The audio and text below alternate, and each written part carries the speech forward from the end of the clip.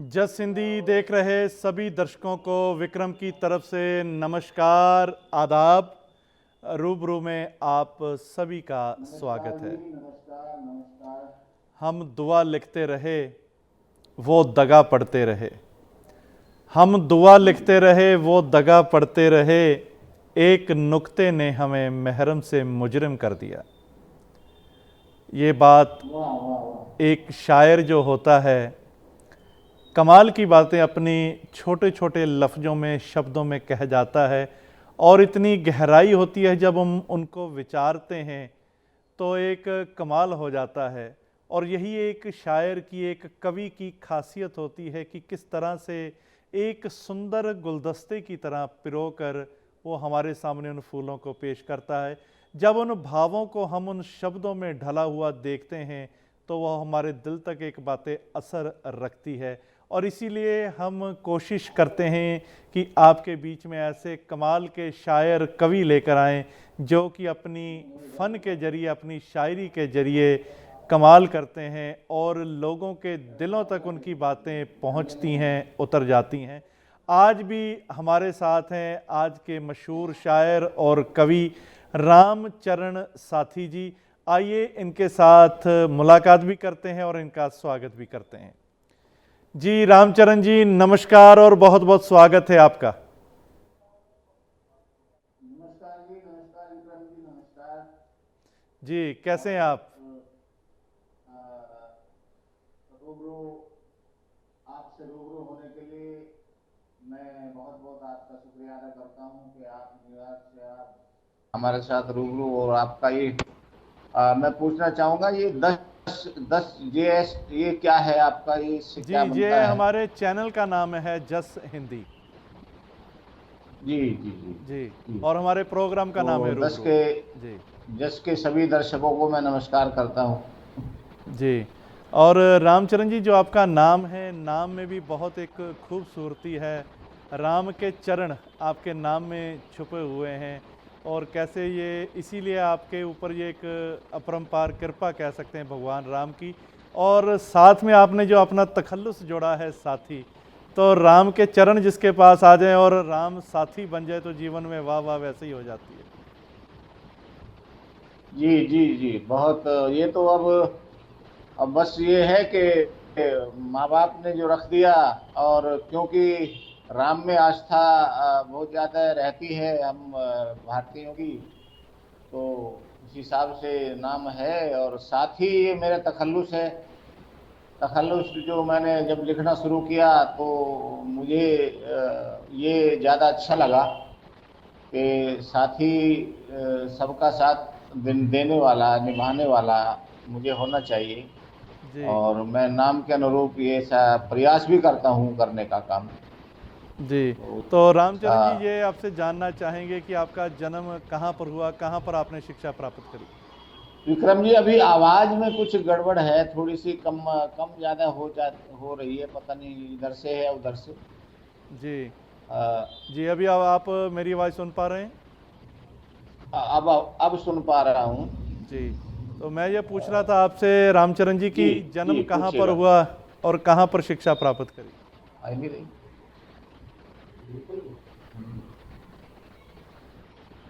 जी साथी जी।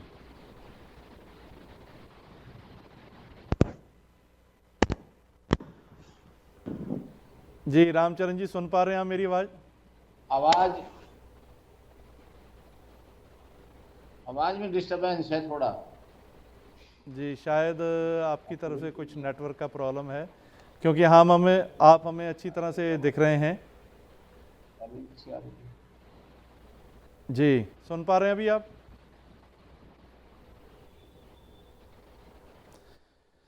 जब तक आवाज़ का थोड़ा सिलसिला ठीक हो जाता है तब तक हम आपसे बात करते हैं। और ज़िक्र कर रहे थे कि शायरी का, और आदिकाल से ही हमारे बीच में ऐसे ऐसे महान कवि, शायर पैदा हुए हैं जिन्होंने अपनी शायरी के ज़रिए, फ़न के ज़रिए एक कमाल की बात करी। दो तरह की जंग भी होती हैं जिसे कहते हैं लड़ी जाती हैं। एक जंग तलवार के साथ लड़ी जाती है और एक जंग जो होती है कलम के साथ लड़ी जाती है। जो कवि होता है उसकी कलम में इतना दम होता है कि वो तलवार से भी ज़्यादा खतरनाक बातें कई बार होती हैं, क्योंकि जो कलम से क्रांति आई इतिहास में हम देखते हैं, वो तलवार की क्रांति से भी ज़्यादा बड़ी क्रांति थी, क्योंकि कवि ने इतने इतने महान संदेश देकर लोगों को एक जागृत किया, अवेयर किया। जी रामचरण जी, अभी आप सुन पा रहे हैं मेरी आवाज़? हाँ, मैं बिल्कुल सुन पा रहा हूँ। जी, तो मैं आपसे पूछ रहा था कि जन्म आपका कहाँ पर हुआ और कहाँ पर शिक्षा आपने प्राप्त करी? जी विक्रम जी, बात ऐसी है, मैं यूपी में डिस्ट्रिक्ट मेरठ, जिला मेरठ, जो एक बहुत मशहूर जिला रहा है जी आज़ादी के समय से। सबसे पहला जो एक बगावत 1857 में यहाँ से शुरू हुई थी, इसलिए हम इसको क्रांति धरा भी कहते हैं। मंगल पांडे ने जब बगावत की थी अंग्रेजों के खिलाफ, जी तो मेरठ से शुरू हुई थी। तो मेरठ का मेरठ जिला है हमारे हिंदुस्तान का, और उसमें एक मेरा गांव है दत्तनगर जिसको कहते हैं, वहाँ से मेरा जन्म हुआ। और वहाँ मैं अपने एजुकेशन भी वहीं से आसपास से ली, और उसके बाद मैं टीचर ट्रेनिंग ले करके मैं 83 से दिल्ली में हूँ, दिल्ली में आ गया था सर्विस में। जी और वहीं रामचरण जी, अब आपसे मैं एक निवेदन करूंगा, आप अपना चश्मा उतार लीजिए, इसमें रिफ्लेक्शन थोड़ा हो रहा है। जी अच्छे अच्छे अच्छे। जी, तो एक मुझे कुछ जैसे आपने कहा कि, और थोड़ा सा पीछे होकर आप बैठिए अपने फ़ोन से। जी, और जैसे कि आपने कहा कि मेरठ में एक जन्म हुआ, एक जन्मभूमि ही ऐसी, एक तप त्याग की भूमि जिसे कहा जाता है उत्तर प्रदेश, वहाँ पर आपका जन्म हुआ। और लगभग काफ़ी कवि और शायर जो हैं उत्तर प्रदेश में रहते हैं, जबकि ये कहा जाए कि पूरे भारतवर्ष में शायद इतने शायर या कवि नहीं होंगे जितने अकेले उत्तर प्रदेश में रहते हैं। ये उत्तर प्रदेश की एक भूमि का प्रताप है, एक ऐसे खून जी में जी ही, रक्त में ही एक ऐसा आशीर्वाद छुपा रहता है उस भूमि के द्वारा। और आपने कहा कि आपका जन्म वहाँ पर हुआ, और उसके बाद एक शौक़ कैसे जागा मन में कि जो शायर या कवि इस तरफ आप बड़े, कैसे आप मन में ये शौक़ जागा? देखो, ये मेरा मानना है कि इसमें शौक तो वक्त जैसे आता है तो जाग जाता है, लेकिन हर आदमी के अंदर एक कवि होता है, जी जन्म से होता है उसके अंदर। और इसका उदाहरण मैं ये देना चाहूँगा कि एक दो 6 महीने का, 2-4 महीने का बच्चा भी जब रोता है तो माँ की लोरी सुन करके वो सो जाता है। इसका मतलब संगीत के प्रति उसका लगाव होता है जन्म से। बिल्कुल। तो कवि तो इंसान के हृदय में बचपन से होता है, लेकिन हाँ, कब किसको कितना वातावरण मिल जाए और कब वो प्रस्फुटित हो जाए और पल्लवित हो जाए, ये डिपेंड करता है समय के ऊपर। तो मेरा कोई वंश परंपरा में तो कोई इस प्रकार का नहीं था। मेरे तो माँ बाप भी अनपढ़ थे, जी तो वहाँ से तो कोई ऐसी बात नहीं थी। लेकिन मैं इसके पीछे मैं एक बात मानता हूँ कि मेरे गांव के एक बहुत ही पूरे भारतवर्ष में जिनका नाम था, एक सांग जो होता था, अगर आपको कुछ उसके बारे में पता होगा, जो सांग, एक सांग और नौटंकी जो होती थी हमारी जी लोक कलाओं में, तो मेरे पड़ोस में उनका घर था, चंदर नाम उनका था, चंदर बादी जिसको कहते हैं। उनके बहुत ही पॉपुलर, बहुत ही ऊंचे लेवल के वो सांगी थे, वो कवि थे।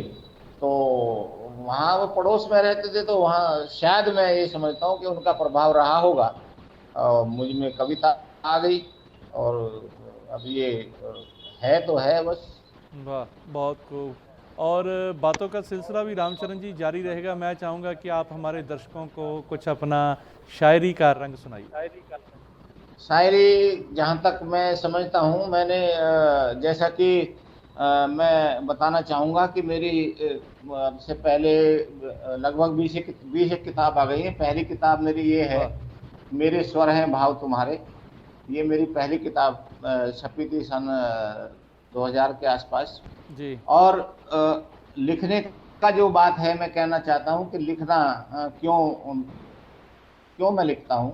जी तो एक अनाक्षरी के माध्यम से मैं कहना चाहता हूँ कि आती जाती हवाओं से हाल चाल पूछता हूँ, आती जाती हवाओं से हाल चाल पूछता हूँ, अपने ही जमी आसमान लिखता हूँ मैं, सीमा हम्म के प्रहरियों का जिक्र अच्छा लगता है, कृषकों के खेत खलियान लिखता हूँ मैं, वाह भीड़ भरे चौराहों पे खूब लिखा करता हूँ, कभी कभी गलियां वीरान लिखता हूँ मैं। आम आदमी का दर्द दिल को कचोटता है, आम आदमी की दास्तान लिखता हूँ मैं, आम आदमी की दास्तान लिखता क्या हूँ बात है, मैं। क्या बात है रामचरण जी, बहुत खूब, बहुत खूब, बाकमाल तो जिसे कह सकते हैं। और रामचरण जी, और आगे सिलसिला जीवन में कैसे चला, कैसे एक शायरी और कविता में आप और ज़्यादा आगे बढ़ते गए,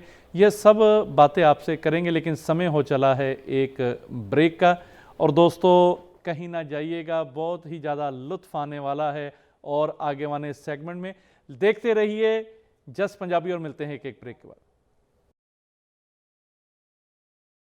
ब्रेक के बाद एक बार फिर से आपका स्वागत है रूबरू में। दोस्तों आज शेर व शायरी की महफिल जमी हुई है और ये लाइव शो है। आप भी कॉल करके हमसे अपने विचार साझे कर सकते हैं। उसके लिए नंबर है 1844324130। आज हमारे साथ हैं आज के समय के मशहूर शायर कवि रामचरण साथी जी। आइए एक बार फिर इनके साथ गुफ्तगू करते हैं। जी रामचरण जी, एक बार फिर से आपका बहुत बहुत स्वागत है। और जी ब्रेक पे जाने से पहले आप बता रहे थे कि कैसे एक शौक़ पड़ा, शायद अपने पड़ोसी के द्वारा ही बहुत बड़ा एक नाम हुआ उनका, वहाँ से उनको सुन सुन के आप में ये एक विद्या जिसे कह सकते हैं आ गई। और एक निखारने के लिए किसी चीज़ को एक गुरु की, उस्ताद की एक ज़रूरत रहती है, आवश्यकता रहती है। आप सीखने के लिए फिर कहाँ पर गए, कहाँ से आपने ये और इल्म सीखा? ये इल्म तो मुझे वैसे तो देखो मैं बता रहा था पहले भी कि जन्मजात होता है, जी ये अनुभव से सीखा। और कवि क्योंकि जो संवेदनशील होता है कवि, संवेदना उसके साथ जो जितना ज़्यादा संवेदनशील होगा उतना उसके विचारों में जो है करुणा आएगी और वो उतना लिखेगा। तो अनुभव से आया। और मेरे गुरु डॉक्टर शंकर देव अवतरे जो बहुत ही बड़े प्रकांड पंडित थे संस्कृत, इंग्लिश और हिंदी के, जी उन्होंने मैं उनके सानिध्य में रहा, वो मेरे उस्ताद थे। और वो 94 वर्ष की अवस्था में अभी 2 साल पहले कोरोना से थोड़ा पहले वो लोकवासी हो गए हैं। तो कुछ उनसे सीखा। और आपस में जो मिलने मिलाने का सिलसिला होता है, यहाँ बहुत लोग हमारे दिल्ली शादरे में बहुत लोग बड़े बड़े कवि, बड़े बड़े शायर यहाँ पर सब रहते हैं। तो मिलने मिलाने से भी बहुत आपस में ज्ञान की बढ़ोतरी होती है। शायर भी यहाँ पर बहुत हैं, हमारे मंगल सिंह जी हैं जो अच्छे शायर हैं, बहुत बड़े, उनसे सीखने को मिलता है। जी और गाजियाबाद भी पास में बहुत सारे कुंवर बेचैन, डॉक्टर कुंवर बेचैन रहे हैं। तो ये हमेशा मंचों पर सब मिलने जुलने का सिलसिला चलता रहता है। जी, और बस बहुत ये खूब है। रामचरण जी। और मैं चाहूँगा कि कुछ और आपके शायरी का, कविता का कोई रंग हो जाए। जी, मैं कहना चाहूँगा, मैं अभी आपको एक कहिएगा तो एक गज़ल सुना दूँ। जी इरशाद। कि देखिएगा, आपने जो कहा है कि ये कैसे परवान चढ़ा शौक और कैसे इसमें निखार आया। जी निखार बल्कि एक बात और मैं आपसे साझा करना चाहूँगा। इससे पहले मेरी कला में पेंटिंग भी मेरी मैंने बहुत 20 वर्षों तक पेंटिंग की है। कॉमर्शियल आर्ट का भी मुझे शौक रहा था, तो मैंने बहुत सारी पेंटिंग्स मैं करता रहा था। तो वो भी बहुत एक खूब। कला थी। लेकिन वो जैसे जैसे मेरा जो है बरस दूर हुआ तो माइक हाथ में आ गया और पता ही नहीं चला। और मैं धीरे धीरे उसको छोड़ करके फिर इस क्षेत्र में उतर गया। लेकिन ये सारा मामला मैं कहना चाहूँगा एक गज़ल के ज़रिए से। और एक निवेदन भी आपसे कहना चाहूँगा कि मुझे अपना नाम, प्यार की जहाँ तक आप बात कर रहे थे, प्यार इतना मिलता है कि आपसे भी निवेदन है कि साथी ज़्यादा बुलाएं तो अच्छा है। मैं अपना नाम भूल जाता हूँ। जी तखल्लुस जो है लोग इतना प्रयोग, मुझे खुद नहीं लगता कि नाम किसका लिया जा रहा है। साथी के नाम से ही मुझे वाह, ज़्यादा जी लोग जी जी, सभी जानते बिल्कुल हैं। आपको साथी जी बुलाएंगे। जी तो आप भी बुलाएं तो अच्छा रहेगा। जी तो मैं कहना चाहता हूँ कि ये एक दिन में नहीं होता है। आप कहीं पर जा, कितना भी जो यहाँ तक पहुँचे हैं आप भी, तो ये एक दिन में कुछ नहीं होता है। तब मैंने कई गज़ल कही थी, देखिएगा, जी। घर द्वार सजाने में कुछ देर तो लगती है, आहा, सामान जुटाने में कुछ देर तो लगती लगती है, है। घर द्वार सजाने में कुछ देर तो लगती है। शेर सुनिएगा, जी। इंसान बुलंदी पर, इंसान इंसान बुलंदी। बुलंदी पर यूं ही तो नहीं जाता, हम्म। इंसान बुलंदी पर यूं ही। यूं ही तो नहीं जाता, मेयार बनाने में कुछ देर क्या तो बात है, लगती क्या बात है। है, सामान जुटाने में कुछ कुछ देर देर तो तो लगती है। और एक बात और है, एक शेर मैं कहना चाहता हूं कि देखिएगा, एहसान बहुत खतरनाक चीज होती है। मैं तो समझता हूं कि एहसान, ये आदमी की जिंदगी में एहसान बहुत बड़ी चीज होती है। ये उतरता नहीं है आसानी से एहसान। तो एहसान किसी का लेने से आदमी को यथासंभव बचना चाहिए, मेरा तो ऐसा मानना है। जी। तब कहना चाहता हूं एक शेर, एहसान किसी का भी हो सके तो मत लेना, आहा, एहसान किसी का भी हो हो सके तो।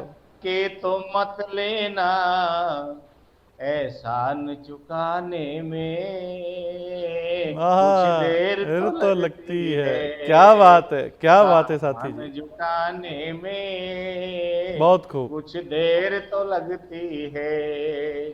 और अगला शेर है, मैंने ये भी तजुर्बे का शेर है जी। कि आप का कोई सगा संबंधी, आपका मित्र रूठा हुआ है जी। और आप उसको मनाना चाहते हैं, अगर दिल से मनाना चाहते हैं तो उसकी मजाल नहीं कि वो ना माने, लेकिन आहा, अगर आप फॉर्मेलिटी निभाना चाहेंगे तो वो कभी नहीं मानेगा। और उसका मालूम हो जाता है, आपका रिश्तेदार रूठा हुआ है, आपके यहाँ शादी है, आप अगर बुलाने जाएंगे दिल से और वो कहेंगे कि भाई मैं, आप नहीं चलेंगे तो मैं भी नहीं जाऊंगा, तो उसकी मजाल नहीं होगी कि वो ना मना कर दे आपका भाई। लेकिन फिर मैं कहना चाहता हूँ, जी। दिल से जो मनाओगे वो मान ही जाएंगे, आहा, दिल से जो जो मनाओगे। मनाओगे वो मान ही जाएंगे, रूठों को मनाने में कुछ देर लगती क्या बात है, है, क्या बात है, बहुत खूब। सामान जुटाने में कुछ देर कुछ तो लगती देर है। तो लगती है। और फिर मैं कहना चाहता हूँ एक शेर इसमें जी। कि सुख ही नहीं ठहरा तो हम्म। दुख ही क्या ठहरेगा, हाँ। सुख ही ना ठहरा ठहरा तो जो। दुख भी क्या ठहरेगा, आने और जाने आहा, में कुछ कुछ देर तो देर तो लगती लगती है। बहुत है, खूब। सामान जुटाने में कुछ देर तो कुछ लगती। देर तो लगती है। और आखिरी शेर मैं कहना चाहता हूँ जी। कि, और ये आपको आपको समर्पित करता हूँ, आपके नजर करता हूँ ये शेर, जी। महफिल में वो आए हैं, महफिल में वो आए हैं तो रंग भी आएगा, हम्म। महफिल में वो आए हैं तो रंग भी आएगा। आएगा, माहौल बनाने में कुछ देर तो वाह लगती वाह है, वाह वाह, क्या बात है। सामान जुटाने में कुछ देर देर तो तो लगती लगती है। है, वाह वाह, माहौल बनाने में कुछ देर तो लगती है। वाह वाह वाह साथी जी, बहुत खूब साथी जी, बाकमाल। और जैसे आप एक तरन्नुम में जब ये पढ़ते हैं गज़ल, तो कमाल की आपकी आवाज़ में एक जादू भी है। बहुत खूब। और जी जैसे आपने शुक्रिया ये शुक्रिया। निभाया कि कुछ देर तो लगती है, हर शेर में जिंदगी के अलग अलग पहलुओं को आपने दर्शाया और बहुत बढ़िया तरीके से कह सकते हैं कि जो आपने वो दूसरी लाइन में जाके उसका वो आप करते हैं कंक्लूजन, वो कमाल का निकलता है।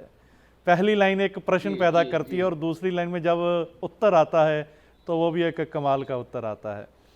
और साथी जी, ये पूछना चाहूँगा, जब बचपन में शौक़ पैदा हुआ लिखने का, उस समय परिवार का एक कैसा सहयोग रहा? माता पिता के द्वारा कैसी एक प्रोत्साहन मिलता था, किस तरह से होता था?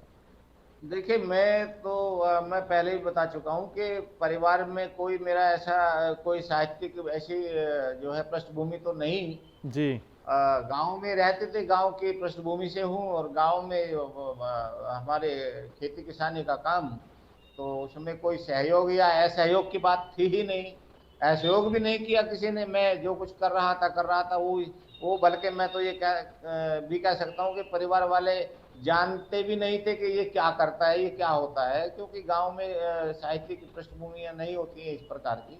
जी। मैं खुद ही करता रहा। जब एजुकेशन में आया तो फिर लिखना पढ़ना ज़्यादा बढ़ता चला गया, और बाद में परिवार वालों को पता चला। अब तो वो बहुत अप्रिशिएट करते हैं जब टीवी पर, और कई बार टीवी पर अखबारों में इनाम आता है, जो आए दिन जो है कहीं ना कहीं प्रोग्राम में।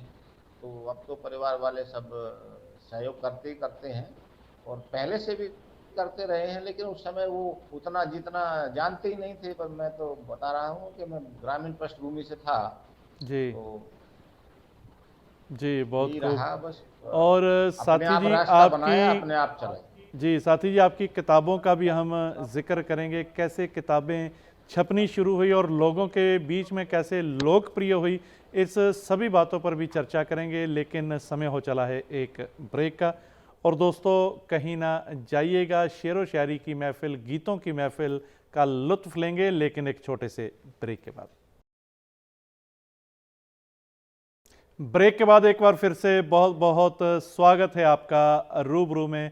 दोस्तों, हमारी कोशिश रहती है कि आप तक ऐसे रंग हम लेकर आएं कि जो कहीं ना कहीं एक कमाल रखते हैं अपने आप में। ऐसी शख्सियतों को आपके साथ हम रूबरू कराते हैं। आज भी हमारे साथ हैं रामचरण साथी जी, जो कि एक कमाल की एक ख्यालात रखते हैं, कमाल की सोच रखते हैं, और अपनी सोच को कैसे एक शब्दों में ढालकर हमारे सामने पेश करते हैं। आज हमारे साथ है और हम इनके शायरी का, इनके गीतों का, कविताओं का लुत्फ ले रहे हैं। आइए एक बार फिर मिलते हैं रामचरण साथी जी से। जी साथी जी, तो जी बता रहे थे कि आप कैसे एक परिवार ने भी सहयोग करना शुरू किया धीरे धीरे जब आगे बढ़ते गए। और ये पूछना चाहूँगा, आपके परिवार में और कौन कौन है? हाँ, परिवार में मैंने बताया तो जो गांव से थे, हम थे 3 भाई 2 बहनें, और अब जो है 3 मेरे पुत्र हैं, 3 बेटे हैं। पुत्री नहीं है, तो इसलिए मैं पुत्र वधुओं को ही पुत्री के समान रखता हूँ। बहुत खूब। तो तीनों की शादी हो चुकी है, और तीनों अपने अपने किसी न किसी काम से अपना लगे हुए हैं। जी। और मैं अपना साहित्य सेवा में हूँ, समाज सेवा में हूँ, साहित्य सेवा में हूँ। नौकरी से 2015 में मैं रिटायरमेंट ले चुका हूँ। जी। और ये साथी सिलसिला जी, ये चल रहा पूछना है। चाहूँगा कि आपने विभिन्न रंगों में लिखा। पत्नी के लिए आपने, अपनी पत्नी के लिए कभी कुछ लिखा? पत्नी के लिए ही लिखना शुरू किया था, क्या बात है। क्योंकि पत्नी ही ऐसी है एक, क्योंकि जो हास्य अगर लिखना है तो आपको पत्नी पर तो लिखना पड़ेगा। जी। और पत्नी पर इसलिए लिखना शुरू किया था क्योंकि हास्य में मैं एक बात मानना चाहता हूँ, कहना चाहता हूँ कि छोटा बच्चा बात बनाता अच्छा लगता है। हम्म। छोटा बच्चा बात बात बनाता बनाता। अच्छा लगता है। यौवन खाता और कमाता अच्छा लगता है। आहा हा। यूं चेहरे पर चाहे जितने रंग आए जाएं, हाँ। लेकिन हर चेहरा मुस्काता अच्छा लगता है। क्या हर बात। चेहरा मुस्काता अच्छा लगता है। चेहरों पर मुस्कान जी। आनी चाहिए, मुस्काता हुआ चेहरा अच्छा लगता है, लेकिन वापस कभी गुजरे हुए जमाने नहीं आते। घर तोड़ने वालों को घर बनाने नहीं आते, और चेहरों पर कुछ मुस्कुराहट बचा के रखे दोस्तों, क्योंकि बुझी हुई शमा पर कभी परवाने नहीं आते। क्या बुझी हुई बात है, शमा क्या पर बात है साथी कभी जी, बहुत परवाने खूब। नहीं आते। वाह पत्नी वाह। की जहाँ तक आपने बात की, तो पत्नी ही एक ऐसा विषय है।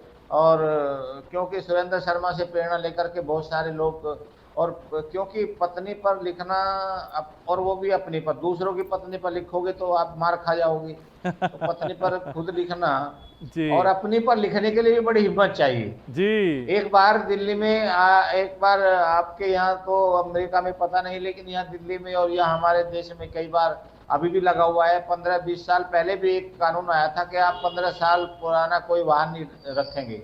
जी तो मैंने ये 4 लाइन लिख दी थी उस समय कि 15 साल पुराना कोई वाहन नहीं चलेगा, जी। और 20 साल पुराना ये नहीं चलेगा, वो नहीं चलेगा। तो मैंने 4 लाइन लिख दी थी, उसका बड़ा मुझे खमियाजा भुगतना पड़ा था। जी अब मैं कहना चाहता हूं जी साथी जी। कि एक रोज बीवी बोली, तुम संग तंग होली, मेरे प्राणनाथ बात मेरी मान जाओ जी। आहा, एक रोज बीवी बोली, तुम संग तंग होली, मेरे प्राणनाथ बात मेरी मान जाओ जी। कौन तुम्हें सुनता है, हमको यकीन नहीं, ले चल के साथ हमको भी दिखलाओ जी। जा। मैंने कहा प्राण प्यारी ले चलूं मैं साथ कैसे, मैंने कहा प्राण प्यारी ले चलूं मैं साथ कैसे, दिल्ली में तो साथ अब नहीं चल पाओगी। कोर्ट का आदेश है ये, कितना विशेष है ये, पुराने मॉडल मत सड़कों पे लाओ जी। पुराने मॉडल मत सड़कों पे लाओ जी।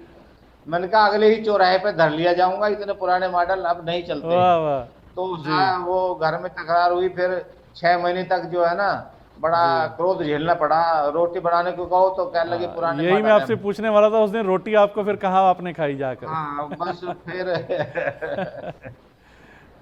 जी और बहुत उसका खूब। मैंने एक साधारण आसान तरीका निकाला हुआ है।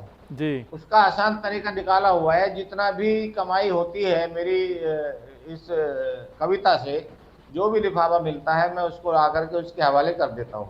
वाह मैंने वाह। कहा ये तुम्हारे नाम से, तुम्हारी कमाई है, तुम्हारे नाम से ही मिलता है, और तुम अपना रखो उसको। फिर तो बस प्रवानगी मिल खुश हो जाती है जाती आगे है के फिर। लिए। बिल्कुल मिल जाती है। पैसे में बड़ी ताकत है, आप जानते हैं। जी जी बहुत खूब तो साथी जी, बहुत अच्छी ये कला, हास्य की कला में भी आप लिखते हैं। लेकिन और एक जी बात और कहना चाहूंगा। एक बार पत्नी ने भी जो है कुछ कहा मुझे, उसको आप सुनिएगा तो अच्छा लगेगा। जी कि हमने पत्नी पर कई कविताएं लिखी, जी। हमने पत्नी पत्नी पर। पर कई कविताएं लिखी, उनको एक भी नहीं सुनाई, हम्म। क्योंकि उनमें थी, सब में थी उनकी बुराई। हाँ। उन सब में थी उन। उसकी बुराई। एक दिन डायरी उठाकर मौका पाकर पढ़ बैठी, हम्म। और पढ़ते ही हम पर चढ़ बैठी। हाँ। कहने लगी, पत्नी पर लिखते हो, पत्नी पर कविता लिखते हो, 2-2 कौड़ी में बिकते हो। पत्नी पर कविता लिखना लिखते क्या हो। कोई बड़ी बात है? हाँ ये तो तुम मर्दों की औकात है।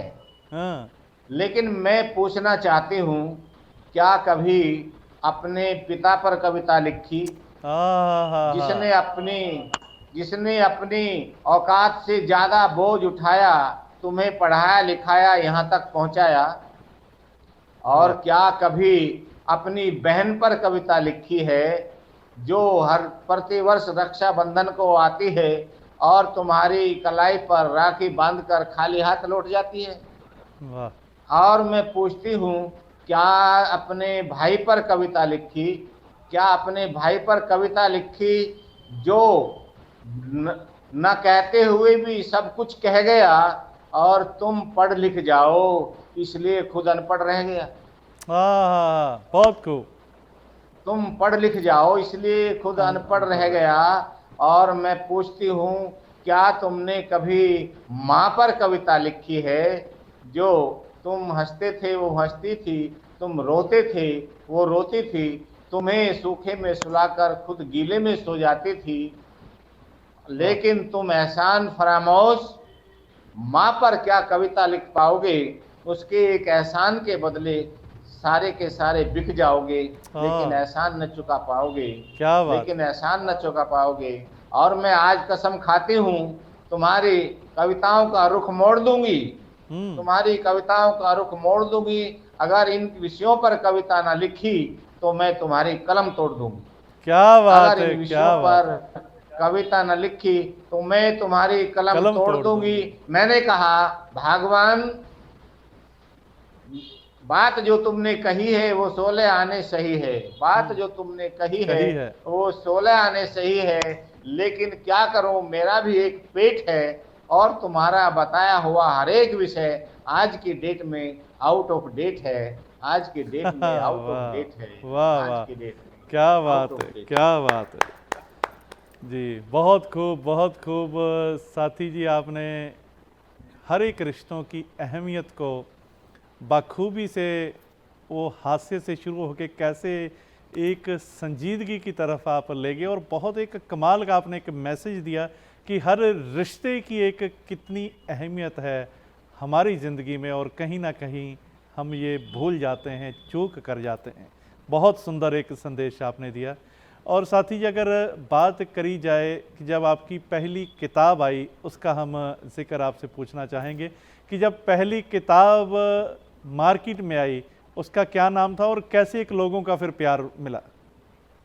ये मैं लिखता रहा था, और आपको आपके जानकारी में डाल दूं कि यहाँ दिल्ली में हमारे एक हिंदी अकादमी जो है संस्था है गवर्नमेंट की, जी तो वो कार्यक्रम भी कराती है, बहुत सारे कार्यक्रम कराती है, हिंदी के कवि सम्मेलन, वो बड़े बड़े कवि सम्मेलन कराती हैं बड़े पेमेंट पर। जी और वो नए कवियों को सहायतार्थ जो है प्रकाशन सहायता देती है। जी तो सॉरी, जी जी मुझे जब मेरे पास इतना मसाला हो गया, मुझे लोगों ने कहा कि भाई तुम ये अपना ये पांडुलिपि बना करके वहाँ जमा कर दो, तुम्हारी किताब वहाँ से छप जाएगी। तो वही मैंने किया, और ये मेरी पहली किताब, ये 2002 में मेरे स्वर हैं भाव भाव तुम्हारे। तुम्हारे। जी ये सारे इसमें गीत भी है, गजल भी है, ये गुलदस्ता है एक तरह का, हर तरह की कविता है, फ्रीवस्त कविता है, छंदबद्ध कविता है, गीत है, गजल है, इसमें तो सारी चीजें हैं। तो ये मेरी पहली किताब 2002 में आ गई थी, जो हिंदी अकादमी के सहयोग से आई थी। 10,000 रुपये उन्होंने उस समय वो देते थे सहायता राशि, और वो इसके बदले किताब ले लेते थे। तो पहले किताब आने का बहुत ही बड़ा बहुत खुशी, जितनी मिलनी चाहिए उतनी मुझे मिली, और बहुत रेस्पॉन्स मिला इस किताब को, और लोगों ने बहुत सराहा। ये मेरी पहली किताब थी। उसके बाद तो सिलसिला चल निकला। उसके बाद फिर ये अनकही अनुभूतियाँ, जो मेरी अतुकांत कविताएं हैं, और उसके बाद एक गजल की किताब आई। ये गजल की मेरी किताब है, ये गजल, कुछ जमी कुछ आसमां, ये गजल की किताब है जी। और ये कहानी की किताब है, मिसाल बेमिसाल कहानी की और किताब है। ये समयदंश, ये समयदंश कहानी की किताब है, ये भी है। और एक बहुत ही चर्चित मेरी किताब रही है, ये अपमान से महाभारत। अपमान से महाभारत। इसमें अपमान से महाभारत, इसमें मैंने सिद्ध किया है, मैंने कोशिश की है कहने की कि महाभारत के होने के बहुत सारे कारण हो सकते हैं। द्रौपदी चीरहरण या आपस में भाइयों का बंटवारा, ये महाभारत होने के मोटे मोटे कारण लोग गिनाते हैं। लेकिन मैं ये मानता हूं कि अपमान, वहां पर कोई अपने धर्म के लिए कोई नहीं लड़ रहा था, वो केवल अपने अपमानों का बदला ले रहे थे। सब, हर एक का, जितने भी पात्र हैं महाभारत में, आप भी सभी जानते होंगे जी, वो सब उनका अपमान हुआ था कहीं ना कहीं। कर्ण हो, चाहे द्रोण हो, चाहे दुर्योधन हो, चाहे द्रौपदी हो, सबका अपमान हुआ, और उस अपमान का बदला लेने के लिए वो सब इकट्ठे हुए, और सब अपने अपने अपमान के लिए लड़ रहे थे। तो मैंने ये सिद्ध किया इसमें। और सबसे बड़ी बात यह है कि अपमान में जो शकुनी के रोल में जो थे महाभारत में, हमारे सीरियल में, वो इस किताब को देख करके मेरे घर आए, और मुझे उन्होंने बहुत पीठ थपथपाई कि आपने बहुत अच्छी बात लिखी है, ये सब अपमान ही था। मेरा भी अपमान हुआ था, मैं भी इसलिए वहाँ अपने बहन के यहाँ पढ़ा हुआ था, और स्कूल का नाश करने के लिए मैं पढ़ा हुआ था वहाँ पर। जी बिल्कुल। तो ये मेरी किताब अपमान से महाभारत भी आई। और जी आपने जो एक विषय चुना, अपमान से महाभारत, शायद आज तक किसी का ध्यान नहीं गया इस विषय की, नहीं गया। ये पहला, इसलिए इसको बहुत रेस्पॉन्स मिला कि तुमने थोड़ा सा हटके कहा है, हटके, लीक से हटके। महाभारत के बारे में यूं तो बहुत कहा गया है, बहुत लिखा गया है, लेकिन ये मैंने थोड़ा अलग कहा है, अपमान जी को टारगेट तो करके कहा है। साथी जी, इसमें से कोई आप कविता सुनाए, हम सुनना चाहेंगे, लेकिन समय हो चला है एक ब्रेक का। ब्रेक के बाद जरूर सुनेंगे इस कविता के कुछ अगर आप अंश हमें सुनाना चाहें। जी। और दोस्तों, बहुत कमाल का एक मज़ा हम ले रहे हैं, लुत्फ़ ले रहे हैं एक शायरी का साथी जी के साथ। कहीं ना जाइए, और भी लुत्फ़ आने वाला है, लेकिन एक छोटे से ब्रेक के बाद। ब्रेक के बाद एक बार फिर से आपका बहुत बहुत स्वागत है रूबरू में। दोस्तों, आज कमाल की शख्सियत हमारे साथ हैं, जिन्होंने नाटक भी लिखे, गीत भी लिखे, गज़लें भी लिखी, कविता भी लिखी, और ऐसे विषयों पर लिखी जिन विषयों पर आज तक किसी की सोच नहीं पहुंच सकी। ऐसे ऐसे कमाल के लम्हे उन्होंने अपने शब्दों में परोकर हमारे लिए लेकर आए हैं।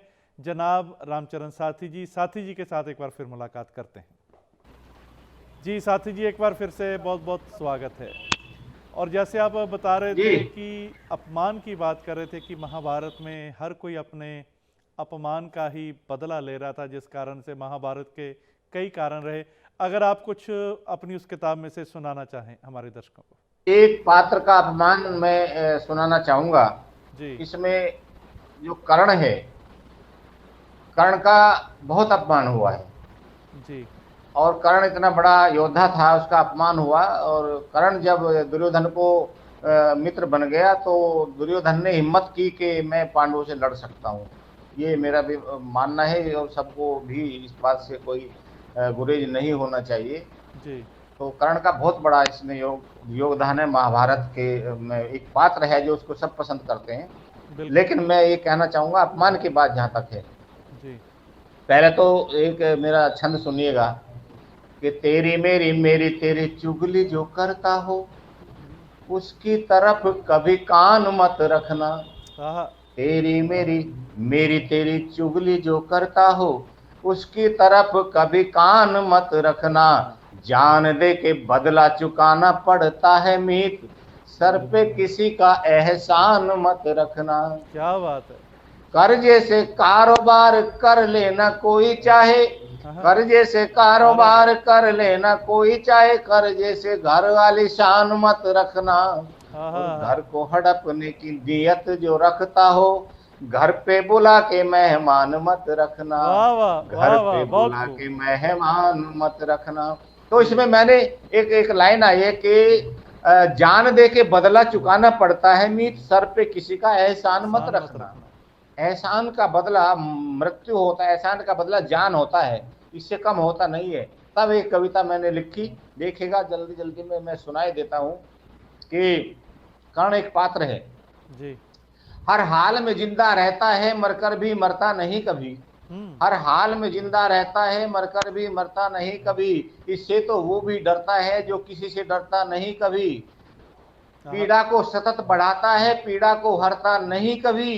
कर्जा तो भले उतर जाए, एहसान उतरता नहीं कभी। कर्जा तो भले उतर जाए, एहसान उतरता नहीं कभी। जी। और एहसान उतरता नहीं कभी। इसके कांटे का मंत्र नहीं ना इसका कोई निवारण है, इसके कांटे का मंत्र नहीं ना इसका कोई निवारण है। याद करो वह वीर कर्ण ही सबसे बड़ा उदाहरण है। क्या बात याद करो वह वीर कर्ण ही सबसे बड़ा उदाहरण है। वह सूर्य पुत्र, वह कुंती पुत्र, वह सूर्य पुत्र, वह कुंती पुत्र, पांडवों का ही तो भ्राता था। माता की एक भूलवश ही, माता की एक भूलवश ही वह सूत पुत्र कहलाता था। माता की एक भूलवश ही बस सूत पुत्र कहलाता था। अर्जुन से बड़ा धनुर्धर था पर मिला उसे सम्मान नहीं। अर्जुन से बड़ा धनुर्धर था पर मिला उसे सम्मान नहीं। यहाँ सूत पुत्र होकर जीना यहाँ इतना भी आसान नहीं। सूत पुत्र होकर जीना यहाँ इतना भी आसान नहीं। अपने ढंग से सबने उसका पग पग पर अपमान किया। अपने ढंग से सबने उसका पग पग पर अपमान किया। बताने की आवश्यकता नहीं, आप जानते हैं कितनी जगह उसका अपमान हुआ जी। अपने ढंग से सबने उसका पग पग पर अपमान किया। भले स्वार्थवश ही लेकिन दुर्योधन ने कुछ सम्मान दिया। वाह। रंगशाला में जिस दिन उसने अर्जुन को ललकारा था, वो सिंह गर्जना सुनकर सबने उसकी ओर निहारा था। गुरुओं ने पूछा, हे बालक किसकी आज्ञा से आए हो? हे बालक किसकी आज्ञा से आए हो? नाम पिता का बतला और किस जननी के जाए हो? ये कीड़ा है राजकुमारों की, ऐरो गैरो का काम नहीं। अर्जुन से युद्ध करोगे क्या? तुम्हें याद पिता का नाम नहीं। अर्जुन से युद्ध करोगे क्या? तुम्हें याद पिता का नाम नहीं। अपमानित होकर खड़ा रहा, नहीं नाम पिता का बतलाया।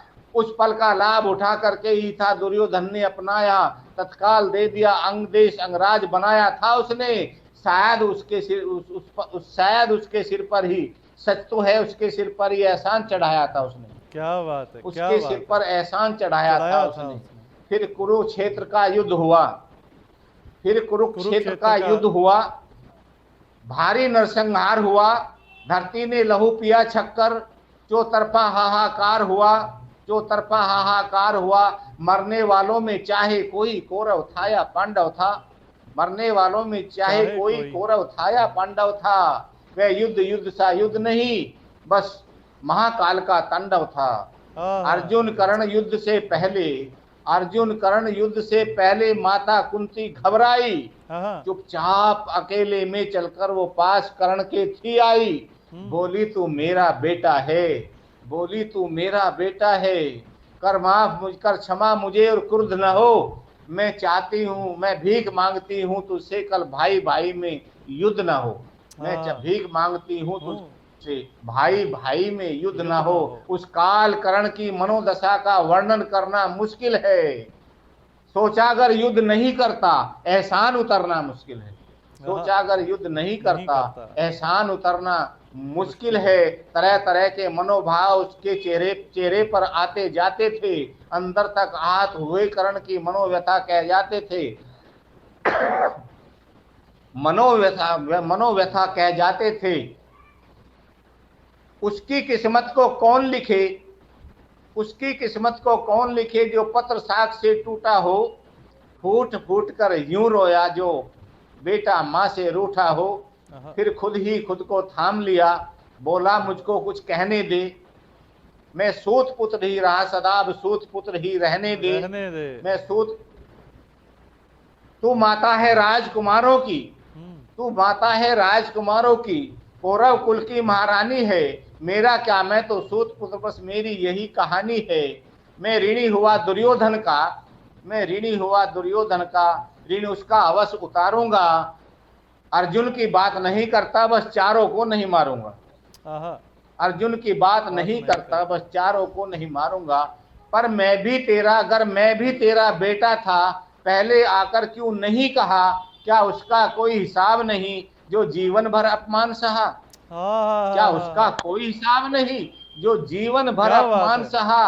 तू मौन बस मौन रही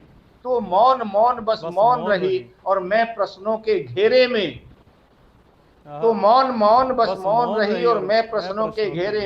मैं सूर्य पुत्र होकर भी जीवन भर रहा अंधेरे में।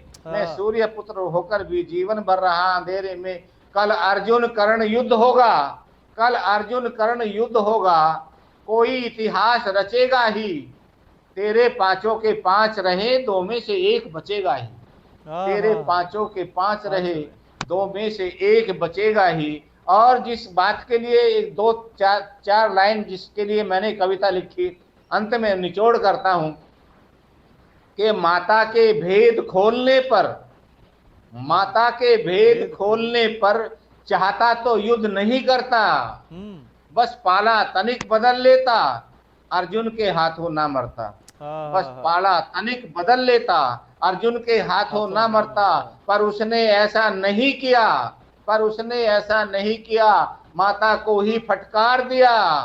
अर्जुन ने मारा नहीं उसे, एहसान ने उसको मार दिया।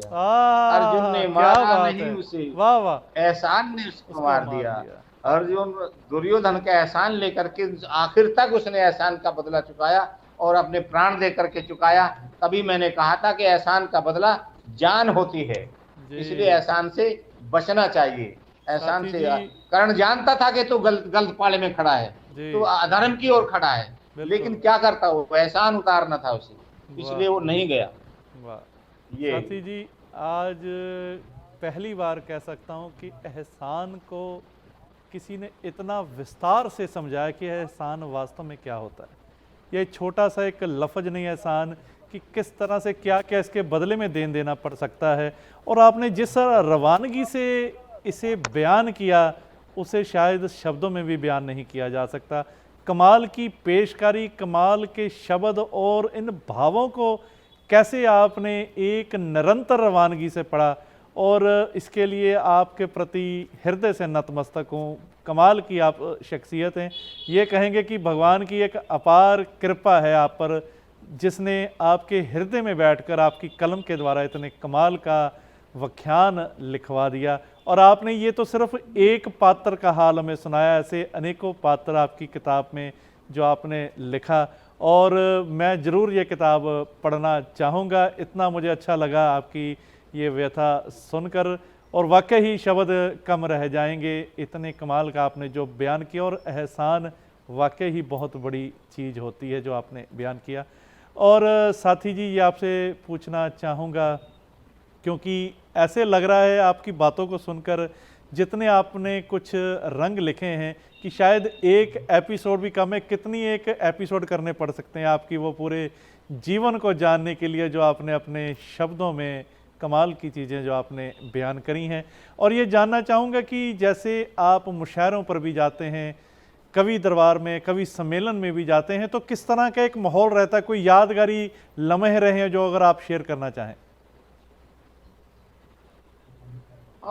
बस ये लम्हे तो रोज नए बनते हैं, इस प्रकार के तो हर जगह एक नया तजुर्बा तो होता ही है। नए लोग मिलते हैं और सबसे जो है कुछ ना कुछ सीखने को मिलता है, या कुछ हम लोगों से भी लोग सीखते हैं। जी मैं 2006 में जो एक शैलेश लोढ़ा का कार्यक्रम आता है हमारे यहाँ, आपके यहाँ तक भी पहुँचता होगा, वाह वाह क्या बात है। जी वाह वाह क्या बात है कार्यक्रम है, वो हास्य का है सारा। हास्य के तो अब बहुत कार्यक्रम चल रहे हैं, लेकिन हास्य का है। 2006 में मैं उसमें भी शैलेश लोढ़ा ने मुझको शूट किया था, जैसे आज आप एंकरिंग कर रहे हैं। तो वो उसमें मैं गया था। उन्होंने पहले ऑडिशन लिया, उसके बाद जो है, और पहली 2 लाइनों में ही मैं जो मैंने सुनाया था 2 लाइनों में ही मैं 2 लाइनों में उन्होंने मुझे ओके कर दिया था कि आप तो अगले संडे को आ जाना। तो जी इस प्रकार से संस्मरण रहते हैं। और आए दिन रेडियो पर भी जाना होता है, तो सब जगह के नए नए ओपिनियन होते हैं अब, क्योंकि सारे संस्मरण सुनाने का तो वक्त भी यहाँ नहीं है। जी। आ, लेकिन बहुत अच्छा लगता है, और बहुत ही आ, तो उम्दा साथी लोग जी, मिलते ये हैं तो पूछना बड़ा चाहूँगा, जो आप पर ऐसी एक भगवान ने कृपा करी, बहुत कमाल का आप लिखते हैं, आगे बच्चों में भी किसी में ऐसा शौक है? आपके बच्चों में किसी ने अपनाया आपकी इस विद्या को? हाँ, बच्चों में भी उतना तो नहीं है जिस प्रकार से मैं कहता हूँ ना कि ये कोई भी नहीं कर सकता ऐसा। कोई कभी भी नहीं कर सकता है कि अपने बच्चों को कवि बना दे। वो तो अगर होगा उनमें तो वो खुद ही सीखेंगे, देख करके सीखेंगे। जी है बच्चों में थोड़ी प्रतिभा है कला के प्रति, लेकिन वो उतना रुझान उनका नहीं है कि लिखने के लिए। बिल्कुल, और आपने लिखते सही भी कहा कि होंगे जो तो कवि होते हैं कभी वो बनाए नहीं जाते, वो पैदा होते हैं। हाँ पैदा ही होते हैं। जी ऐसे कोई कवि अपने बच्चों को नहीं बना सकता है। जी। और जिसके साथी जी, कवि के भी अगर समय, बच्चे बन रहे हैं तो अपने आप ही बन जी रहे हैं। साथी जी, समय हो गया है, इस प्रोग्राम को हमें यहीं रोकना पड़ेगा। और जाते जाते नहीं, चार आप क्या संदेश एक देना दो चाहेंगे दो चार हमारे लाइन तो युवाओं अभी को? सुनाऊंगा। जी हाँ, दो चार लाइन तो सुनाऊंगा अभी मैं। जी मैं कहना चाहता हूँ कि एक रंग और देखेगा। जी। होके मशहूर दूर बैठा है, आहा। होके मशहूर दूर बैठा है, लेके कितना गुरूर बैठा है। अब भला काम किसके आएगा, वो भला काम किसके किसके आए? आएगा, वो जो बन के खजूर बैठा आहा, है। वाह।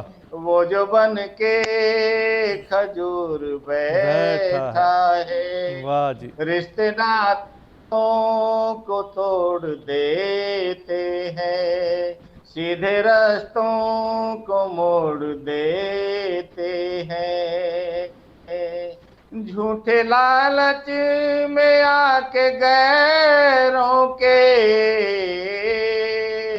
लोग अपनों को छोड़ देते वाह साथी हैं। और जी, आखिरी जी लाइन साथी आखिरी लाइन कहना जी, चाहता हूं, देखिएगा कितनी गहरी बात मैं चौथी लाइन में है, इसमें जी, आप समझ सकते हैं। आंखों आंखों में बीन लेते हैं, आंखों आंखों में बीन लेते हैं, बेयकीनी यकीन देते हैं, आहा, यूं ही बैसाखियां नहीं देते, यूं ही बैसाखियां नहीं देते, पहले पैरों को छीन आहा, लेते क्या बात है, हैं, वाह वाह पहले जी, पैरों को तो छीन छीन लेते हैं। लेते साथी जी हैं। धन्यवाद, बहुत बहुत बहुत बहुत आपका धन्यवाद आपका धन्यवाद। विक्रम जी, वो आपने बुलाया और इतनी शिद्दत से सुना, इतना अच्छा सुना। मैं आपको बार बार धन्यवाद देना चाहता हूँ, जी, और कभी फिर मुलाकात होगी, बिल्कुल, और कैसे न कैसे जी, बहुत बहुत नमस्कार आपको। थैंक यू जी, नमस्कार साथी जी, थैंक यू, और धन्यवाद। इसका कुछ वो आप भेजेंगे क्या मेरे पास, इसको रिकॉर्डिंग इसकी जी भेजेंगे? साथी जी, जी आपसे करते हैं बात 1 मिनट में। जी, और दोस्तों ये थे साथी जी की किस तरह से इन्होंने अपने कमाल की शायरी के रंग जो है हमारे बीच में साझा किए। और दोस्तों हमसे बात करने के लिए आप हमें ईमेल कर सकते हैं। हमारा ईमेल है vikram@justbroadcasting.com and info@justbroadcasting.com। और आज आपके लिए एक नया शो लेके आ रहे हैं जस्ट पंजाबी पे, समय जिसका रहेगा 3 बजे ईस्टर्न स्टैंडर्ड टाइम, जिसका नाम है फेस टू फेस। उसे भी आप भरपूर प्यार दीजिएगा, देखिएगा और देखते रहिए जस्ट हिंदी।